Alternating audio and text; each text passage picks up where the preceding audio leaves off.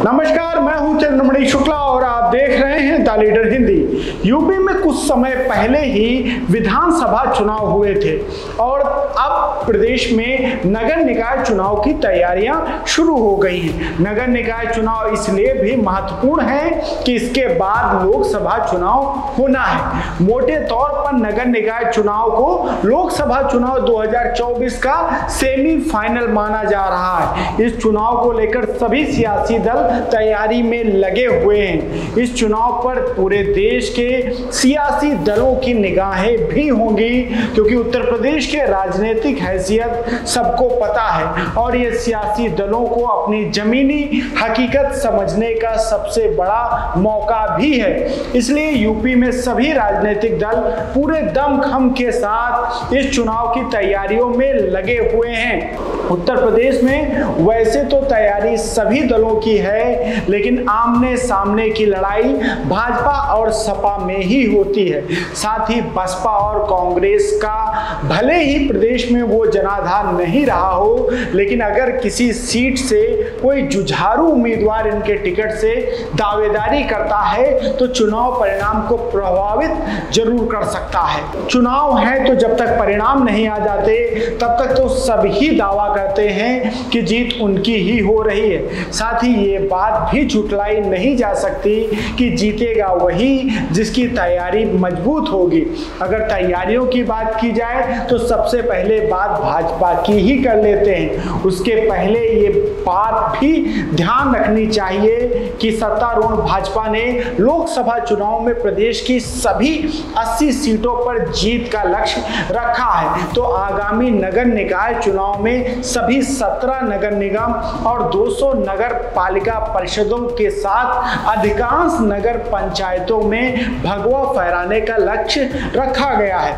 प्रदेश में नवंबर-दिसंबर में कुल 756 नगरीय निकाय संस्थाओं में चुनाव होना है। भाजपा का मानना है कि इस चुनाव से ही 2024 के लिए भाजपा का माहौल बनने की शुरुआत होगी। ऐसे में भूपेंद्र चौधरी और धर्मपाल सिंह इस चुनाव में 2017 से बेहतर परिणाम लाने की रणनीति तैयार कर रहे हैं। दोनों लोगों ने पूरे प्रदेश में अलग अलग जगहों पर लगातार बैठक की है। इसके साथ ही पहली बार चुनाव संयोजक की नियुक्ति की जाएगी। 11 से 12 सितंबर को जिला स्तर पर और 14 से 15 सितंबर तक मंडल स्तर की बैठक कर नगरीय निकायों में चुनाव संयोजक नियुक्त किए जाएंगे। वहीं 17 सितंबर से 2 अक्टूबर तक चलने वाले सेवा सप्ताह के जरिए सरकार के मंत्री और संगठन के पदाधिकारी और कार्यकर्ता 15 दिन में कई कार्यक्रमों के माध्यम से 3 करोड़ से अधिक लोगों के बीच पहुंचेंगे। यानी पीएम मोदी के जन्मदिन पर सेवा पखवाड़ा के जरिए ही निकाय चुनाव के लिए माहौल तैयार किया जाएगा। और सबसे खास बात, इस बार भाजपा ने सांसदों या बड़े नेताओं के बेटे बेटियों को टिकट नहीं देने का फैसला किया है। पार्टी ने यह भी कहा है कि ऐसे नेताओं के परिवार से कोई व्यक्ति निर्दलीय भी चुनाव लड़ेगा तो पार्टी की रणनीति के खिलाफ होगा और उस पर अनुशासनात्मक कार्रवाई की जाएगी। अब जहां भाजपा ने इतनी तैयारी कर रखी है तो बात दूसरे बड़े विपक्षी दल समाजवादी पार्टी की भी कर लेते हैं। इन नगर निकाय चुनाव में सपा भी पूरे दमखम से जुट गई है। सपा अध्यक्ष और पूर्व मुख्यमंत्री अखिलेश यादव ने खुद कमान अपने हाथों में ले रखी है।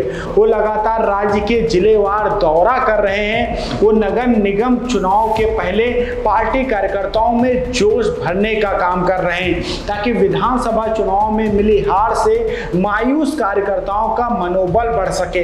इसके साथ ही एक खास रणनीति के तहत सपा ने विधायकों को पर्यवेक्षक बनाया है, जिसके लिए सपा ने पहले चरण में 17 नगर निगमों के लिए पार्टी के विधायकों और वरिष्ठ नेताओं को पर्यवेक्षक बनाया है। ये पर्यवेक्षक उम्मीदवार चुनेंगे और निकाय चुनाव की तैयारी को अंतिम रूप देंगे।